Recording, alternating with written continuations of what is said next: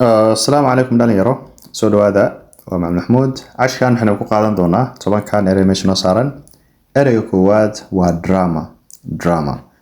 drama M-E-R tadamadaad ka reebtid waa drum waxaa la yiraahdaa adaro magaciisa muxuu ahaa baalka la qaraaco markii xafladaha gub yes wuxuu ahaa qofkii xado durbaan baa la yiraahdaa drum yani ninka durbaan xado meeshu ku tumay asaar laga sakaraw samee maamaadi yes drum marka waa durbaan qofka durbaanka tumo ayaa la yiraahdaa drama by the way they are very talented waa dad aad maxay ahayd khibrad u leh marka durbaan tumaha ayaa la yiraahdaa drama erey labaad waa duvet taada lama aqriyo duvet ma dhehis duvet waa busto waa blanket ay isku macnaheeyeen duvet busta blanket waa dhigi kartaa duvet waa dhigi kartaa erey saddexaad emphasize waa waxaan inaad ihtimaam siiso.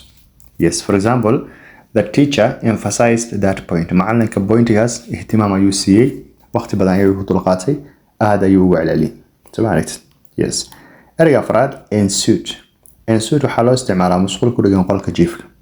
Ensuite bathroom hadda maqashid qaabkaas baa loo isticmaalaa. Tusaale inta badan guryaha maalmahan guriga adoo laba qol fadhi uu yahay qolka caruurba iskala qolna waxa iskala duqda fadhigana waa balse la wada leeysoma fariga markuu buu leeyahay musqushaas waxa loogu talagalay carruurta martida iyo qof walba iska socda qolka jiifka ee duqda loogu talagalay musqushadu ugu dhax taala lama rabo duqda inay yani sideed caabin musqusha la isticmaalaan carruurta mugta musqulaha noocaas ee qolka jiifka ku dhagan baa la yiraahdaa ensuite bathroom waa private bathroom oo duqda loogu talagalay ereyga shanaad enclose waa meel xiran yes they enclose the garden please enclose your document.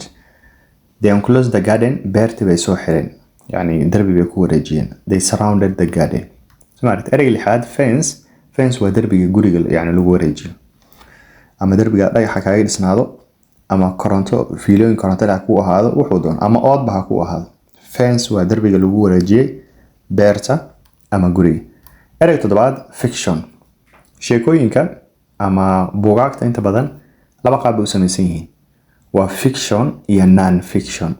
Fiction waa sheeko la curiyay. Hada sheekadii juuxo waa sheeko la curiyay. Juuxo qof la ma jirto.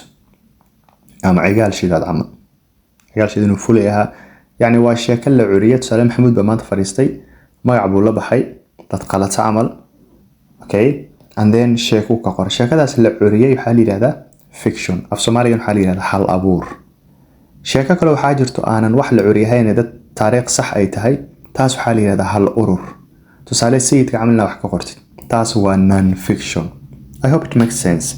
ereyga sideedaad filing cabinet waa armaajada lagu yani dokumentiyada inta badan la gishto cabinet waa armaajo drawer bay isku macnaheeyeen dokumentiyada la gishtaa mida kale dharka la gishtaa balse mida kan dhar waxa lagu talagalay document this way you put your documents in short filing cabinet.